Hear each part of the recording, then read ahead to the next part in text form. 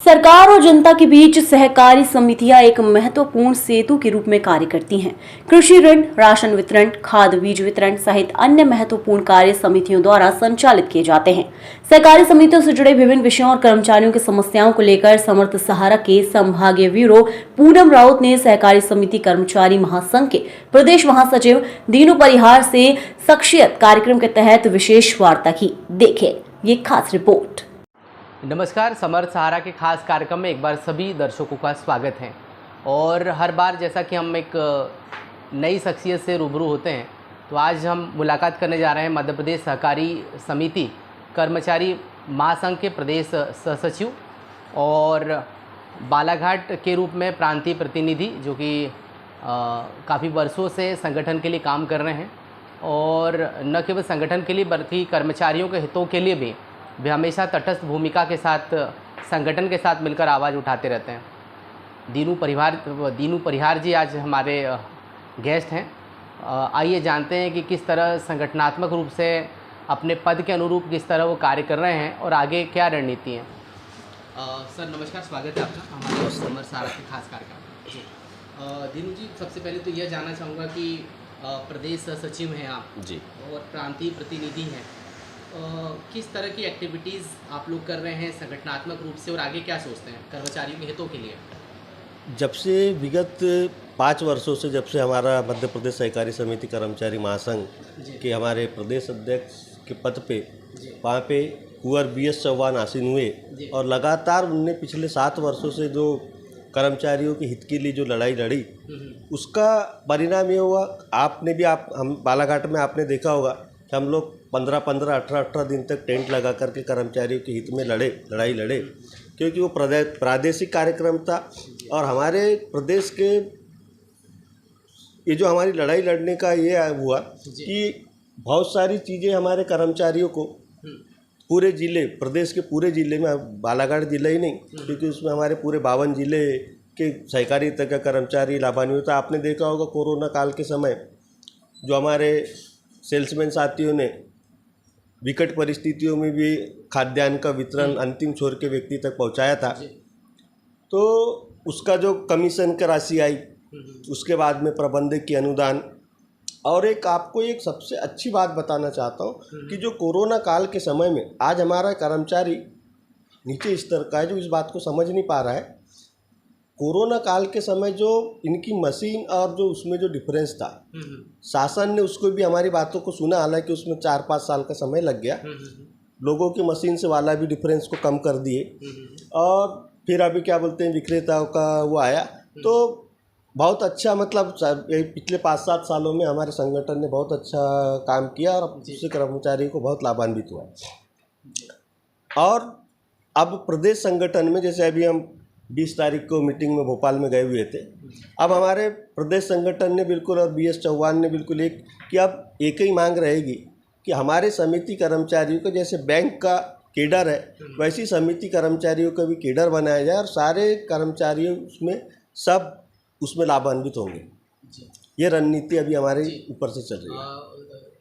धीरू जी, काफ़ी वर्षों से आप सहकारी समिति विभाग से जुड़े हुए कार्य कर रहे हैं, आपको क्या लगता है आज कर्मचारियों कौन सी स्थिति में, किस स्थिति में कर्मचारी, और यदि मैं बात करूं अधिकारों के रूप में, तो क्या लगता है आपको क्या हो रहा है ना कि जैसे माननीय आयुक्त और पंजीयक क्या से जो भी आदेश रिलीज होते हैं उनका क्रियान्वयन ठीक तरीके से नहीं हो पाता। कुछ बहुत सारे इसमें बाकी चीज़ें तो सारे लोग व्हाट्सएप पे ही जानकारी दे करके मंगा लेते हैं, वो सब चल जाती है, मगर जब भी ये कर्मचारियों की बात आती है तो कहीं ना कहीं ऐसा, हमको भी यूनियन में रह रहे इतने साल से काम कर रहे, तो ऐसा लगता है कि उसमें कहीं ना कहीं डिले होता है। जैसे अभी आपको उदाहरण के तौर पे बताऊं, केडर भर्ती 60% केडर भर्ती का बहुत बड़ा होता है कि पूरे प्रदेश में भर्ती होना था।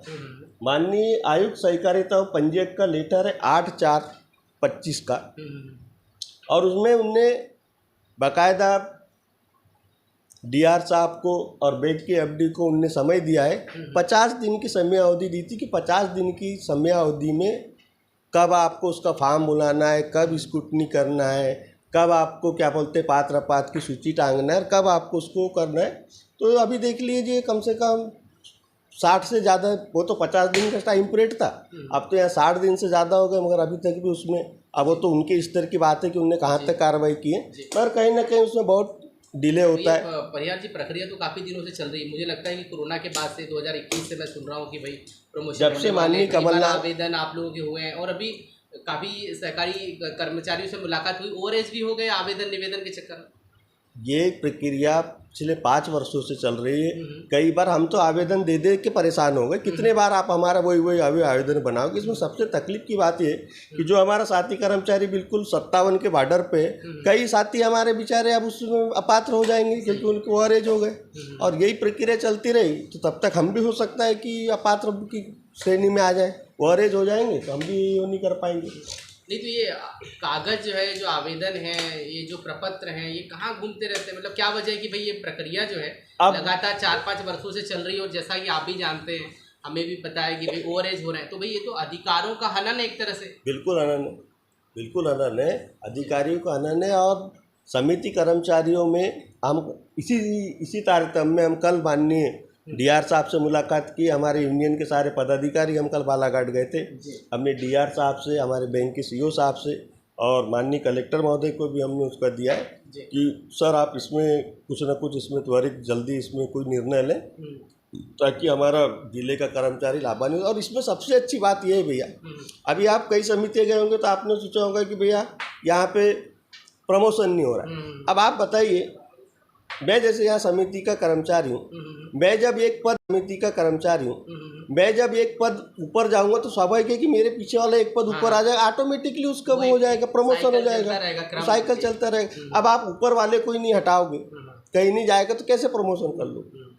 तो वो एक केडर भर्ती से एक बहुत अच्छी वो हो जाएगी समय। और नीचे जो हमारा कर्मचारी बैठा है उसको भी एक आस रहेगी कि चलो यार, मैं आज नहीं तो कल मैं भी केडर में जा सकता हूँ। कहाँ चूक हो रही है अगर मैं इसको कहूँ? अब मैं तो इसके लिए शासन प्रशासन को ही जिम्मेदार ठहरा सकता हूँ। हम तो भैया कर्मचारी, हम तो मांग ही कर सकते हैं, जैसे कल गए थे निवेदन करने के लिए, यही कर सकते हैं, बाकी तो करना इनको है। और मैं आपको एक चीज़ ये बता दे रहा हूँ, अगर हमारे बालाघाट जिले में केडर भर्ती नहीं हुई या बैंक के तरफ से कोई मैनेजर नहीं आए, तो जैसे कि बहुत सारे जिलों की समिति की हालत थी कि बंद की कगार, मतलब उनके पास कोई काम ही नहीं है, कागज पे दिखती हैं समितियाँ, कुछ नहीं है।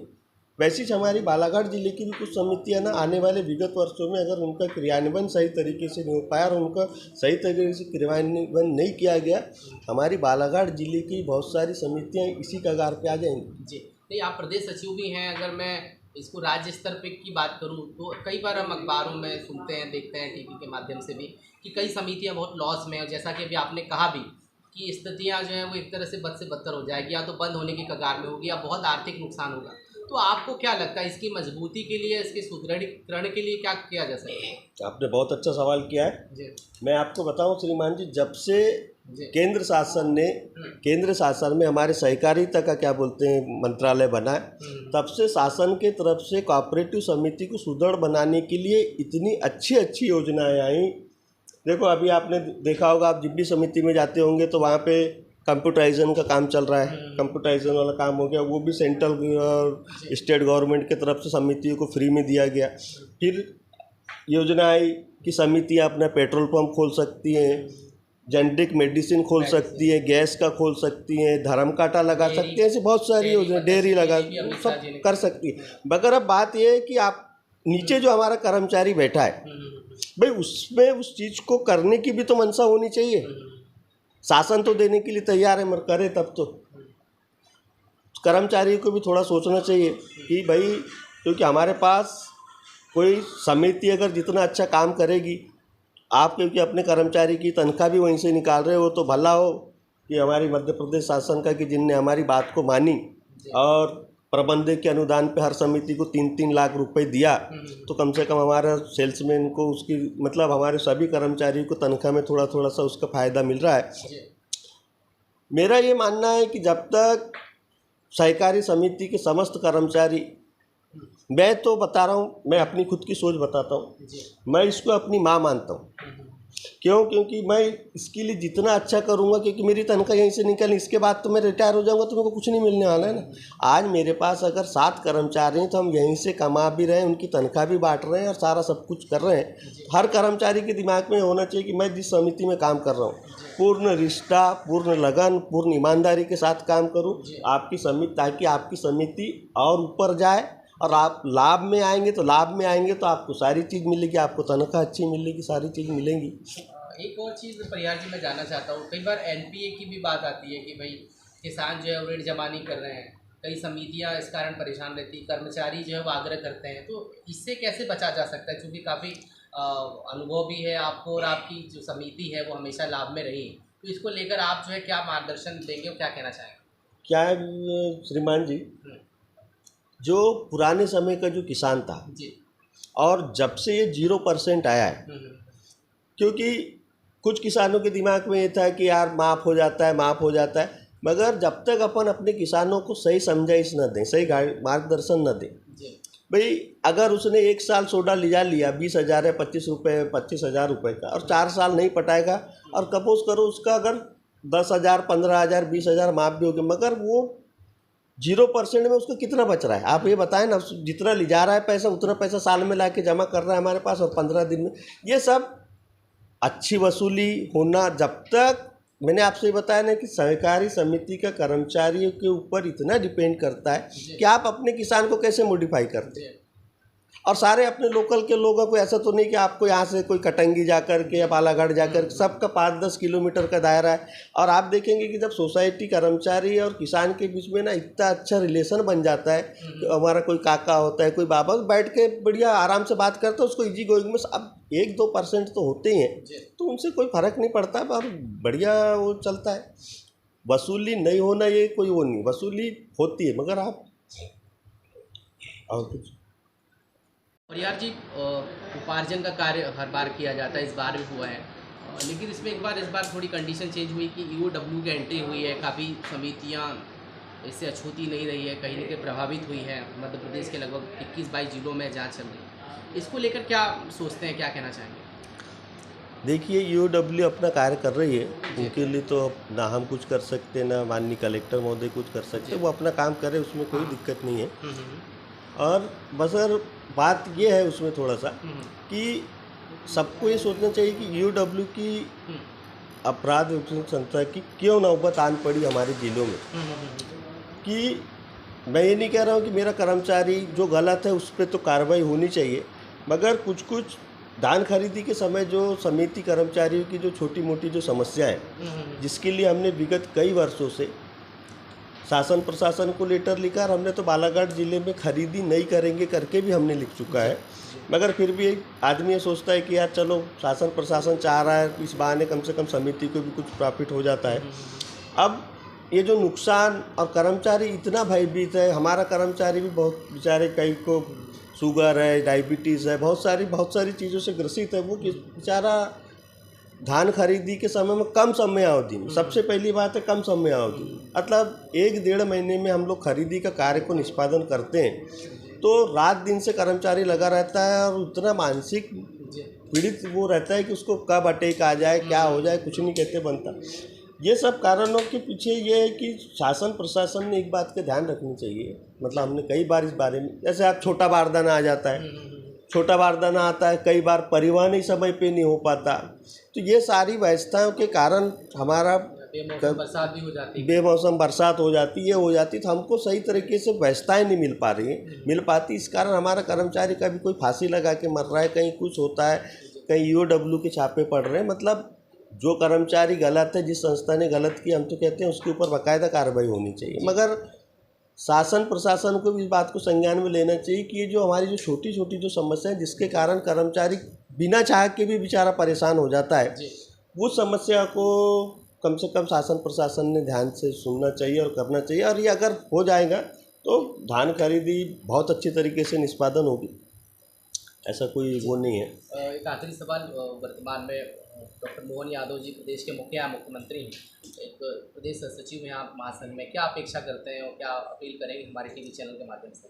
अभी हमने पिछले में बताया ना, 20 तारीख को हम लोग भोपाल गए हुए थे, तो हमारे प्रदेश अध्यक्ष माननीय BS चौहान के नेतृत्व में हम हमारे सहकारिता मंत्री माननीय विश्वास सारंग जी से मिले और उनसे इसी बात का निवेदन किए कि सर, मैंने आपको जो थोड़ी देर पहले बताया कि हमारी जो समिति कर्मचारियों की जो वर्षों से लंबित मांग है, जैसे अभी मैंने आपको बताया केडर भर्ती का, भाई आदेश तो पंजीकरण से जारी हो गए मगर उस पर इधर जिलों में कहीं क्रियान्वयन नहीं हो रहा है, तो उसका निवेदन करके आए हैं। और आगामी जो रणनीति जो मैंने आपसे बताया था कि समिति कर्मचारी का भी एक केडर बने, उसके बारे में चर्चा हुई है। उनने अभी और हमको मतलब जून में आखिरी में उनने फिर बुलाया है और उनने शायद संभवतः ये भी प्रयास किया है कि वो हमारे माननीय मुख्यमंत्री जी से हमारी प्रतिनिधि मंडल की मतलब वो करवाएंगे, ऐसा उनने बोला है। अब उसमें जो भी अपनी जो ये मांग है वहाँ पे रखेंगे। और माननीय हमारे प्रदेश के मुख्यमंत्री बहुत अच्छे मुख्यमंत्री, सब कर्मचारियों को ध्यान रखते हैं, तो हमें भी पूर्ण आशा और विश्वास है कि वो भी हमारी बातों को हमारी सहकारी समिति के, क्योंकि सहकारिता का समिति कर्मचारी वो रीढ़ की हड्डी की शासन की पूरी योजनाएं जो किसान से रिलेटेड, आज जिसको आदमी आज अंतिम छोर का, गांव के व्यक्ति को आदमी जो बहुत दूरांचल में रह रहा है उसको अंतिम छोर का आदमी कहता है, उस आदमी को सेवाएं दे रही है सहकारी समिति, चाहे वो ऋण के उपलब्ध में हो, सोडे के उपलब्ध में हो या राशन के उपलब्ध में हो, मतलब बिल्कुल उसको उपलब्ध करा रही है। तो हमारे माननीय मुख्यमंत्री जी और हमारे सहकारिता मंत्री जी, प्रदेश के सारे लोग लगे हुए हैं। आने वाला समय सहकारिता के लिए बहुत अच्छा होगा, ऐसी अपेक्षाएं करता हूं मैं। चलिए, बहुत बहुत धन्यवाद समर सारा से जुड़ने के लिए। Thank you. धन्यवाद। समर सारा के खास कार्यक्रम शख्सियत में आपने दीनू परिहार, जो कि महासंघ के प्रदेश सचिव हैं, प्रांतीय प्रतिनिधि भी हैं, उनको सुना। और जैसा कि उन्होंने कहा भी, और ये सच है कि सहकारिता जो है न केवल केंद्र बल्कि राज्य शासन और जनता के बीच एक महत्वपूर्ण सेतु का काम कर रहा है। बहुत सारी योजनाओं का क्रियान्वयन, संचालन समितियों के माध्यम से किया जाता है। और लेकिन फिर एक वही बात की सहकारी समिति कर्मचारी काम तो अपना कर रहे हैं, लेकिन जो उनकी छोटी समस्याएं, जो लंबित मांगे हैं, उसका निराकरण भी बहुत ज़रूरी है, ताकि वो और मजबूती और गौरवपूर्ण तरीके से अपने काम का संचालन भी करें। और साथ में उनके मन में यह मलाल न रहे कि हम काम तो कर रहे हैं लेकिन सरकार जो है उसके बदले में उनके अधिकारों का हनन कर रही है या कमतर कर रही है। तो आगे भी अगले एपिसोड में हम जुड़े रहेंगे। समर सारा से जुड़े रहिए। वीडियो जर्नलिस्ट शैलेश दाते के साथ मैं पूनम राव, समर सारा, बालाघाट।